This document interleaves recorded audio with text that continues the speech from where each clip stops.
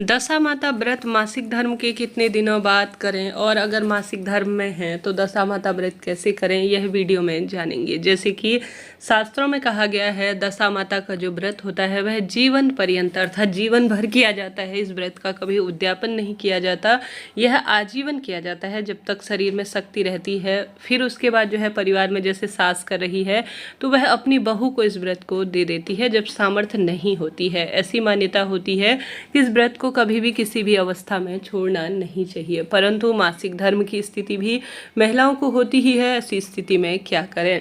जैसे कि इस वर्ष 2024 में बहुत दुर्लभ संयोगों से यह हो रहा है। आप सभी जानते होंगे गुरुवार के दिन 4 अप्रैल को दशा माता का पावन पवित्र व्रत किया जाता है। सभी भक्तजन इस व्रत को करें और अपने जीवन को सुदृढ़ करें।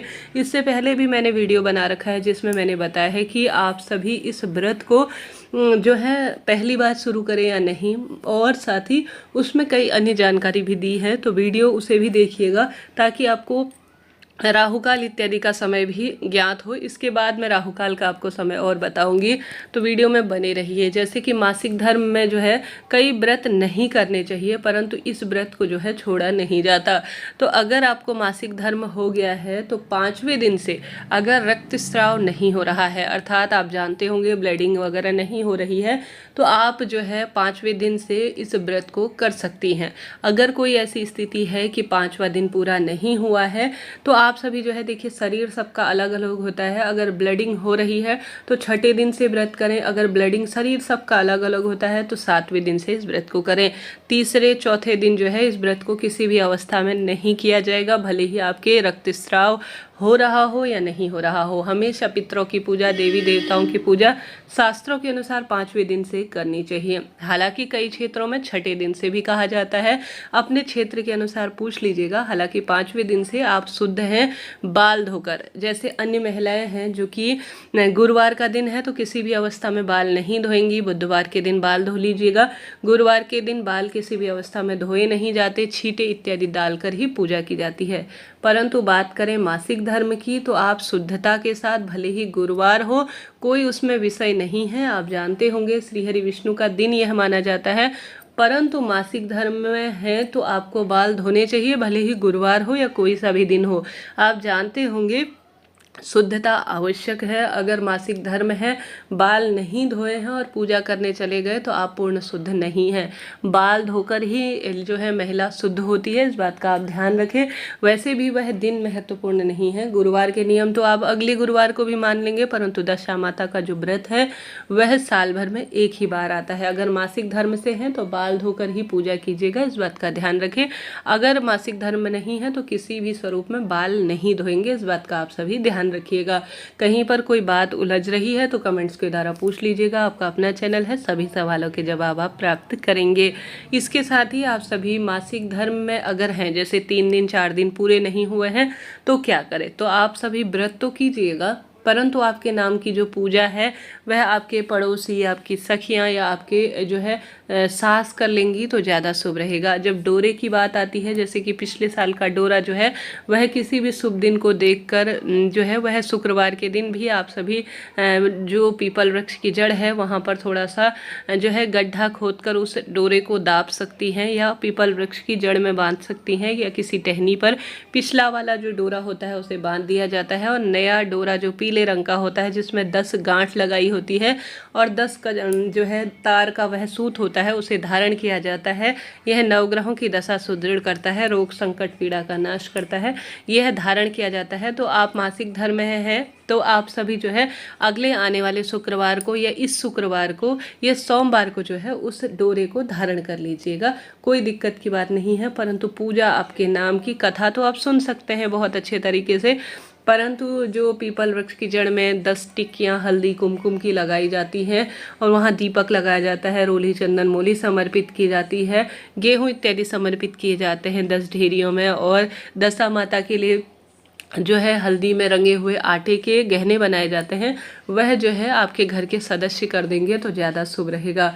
परंतु व्रत इत्यादि में आप कथा सुने और आपके नाम की पूजा कोई अन्य व्यक्ति करेगा तो आपका व्रत टूटेगा नहीं, बल्कि आपको परिपूर्ण यह फलों की प्राप्ति में सहायक होगा। तो आप सभी को जो है इस नियम का पालन करना है और इस तरह से जो है अपने व्रत को स्वरूप में कंप्लीट करना है, इस बात का ध्यान रखें। साथ के साथ आप सभी जो है इस दिन किसी भी स्वरूप में भोजन संबंधी नियम यह मैं बताने जा रही हूँ। आप सभी दशा माता व्रत में गेहूं के आटे का जो है मीठा हलवा बना सकते हैं, या गेहूं के आटे का प्रयोग किया जाता है खाने में, परंतु अन्य चीज़ का प्रयोग नहीं किया जाता है। तो किसी भी स्वरूप में नमक का प्रयोग नहीं करना है, इस बात का आप सभी ध्यान रखिए। गेहूं का आटे का हलवा बना लीजिए या गेहूं के आटे का मीठा चीला बना लीजिए, परंतु आपको गेहूं के आटे की ही जो है सामग्री प्रसाद के रूप में भी माँ को लगानी है। स्वयं भी जो है आप सभी इसका जो है व्रत के स्वरूप में करें। शास्त्रों में यह भी वर्णित है, आपके प्रश्न भी आ रहे हैं कि दीदी हमारे आसपास पीपल का पेड़ नहीं है तो हम पूजा कैसे करें। पीपल का पेड़ नहीं है तो कोई दिक्कत की बात नहीं। श्री हरि विष्णु का ध्यान करते हुए अगर दशा माता की फोटो प्रतिमा मिल जाती है तो उस स्वरूप में आप पूजन कर सकती हैं। कहीं बहुत दूर पड़ता है या कोई स्थिति ऐसी है तो गाड़ी इत्यादि में जाकर आप सिर्फ पत्ते लाकर 10 पत्ते लाकर भी उसे पीपल वृक्ष की स्वरूप मानकर जो है आप सभी पूजा परिक्रमा इत्यादि कर सकती हैं, कोई दिक्कत की बात नहीं है। तो इस तरह से आप सभी जो है पीपल पूजा कर सकती हैं बिना, अगर पीपल वृक्ष पास में नहीं है, फ्लैट रहते हैं, महानगरों में रहते हैं, तो इस तरह से भी आप दशा माता का पूजन कर सकती हैं, कोई दिक्कत की बात नहीं है। कोई ऐसी स्थिति है, हालांकि सभी जन जो है ग्रुप में महिलाएं एक साथ कथा सुनती हैं नल दमयंती की, और साथ ही इस दिन जो है एक साथ ही संपूर्ण पूजा विधान करती हैं, तो उस अनुसार आप कार्य कीजिएगा, आपको लाभ होगा। साथ ही समय आती है शुभ समय की, जैसा कि राहु काल का समय सही नहीं माना जाता। ऐसी स्थिति में हालांकि आप जो है महिलाएं क्या करती हैं, अभी अभी मेरे घर के पास ही पीपल का पेड़ है, घर के सब काम फ्री हो गए उसके बाद जो है पूजा करने जाती है, ऐसा नहीं है जी। घर के काम तो रोज के ही हैं, उन कामों को एक दिन पीछे कर लीजिए, परंतु पीपल पूजा सुबह सुबह कर लीजिएगा, 10, 11, 12 बजे तक आप कर लीजिएगा, तब ज़्यादा श्रेष्ठ मानी जाएगी।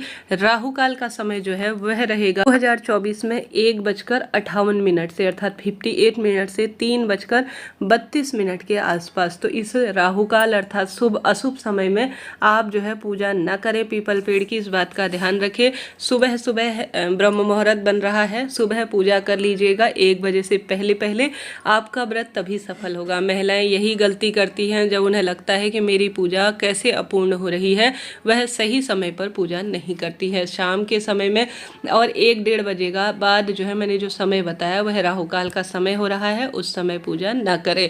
साथ ही एक समय का भोजन जो कि गेहूं के आटे और अन्य चीज से बना हुआ है सूखे स्वरूप में, पंडित ब्राह्मण जी को दान में दीजिएगा, तभी आपका व्रत परिपूर्ण होगा। घर के सभी सदस्यों की ग्रह दशा मजबूत होगी और संकट पीड़ा से मुक्ति मिलेगी। कोई प्रश्न हो आपका चैनल है, पूछिएगा। श्री शिवाय नमस्तुभ्यम। लाइक करें, शेयर करें, सब्सक्राइब करें।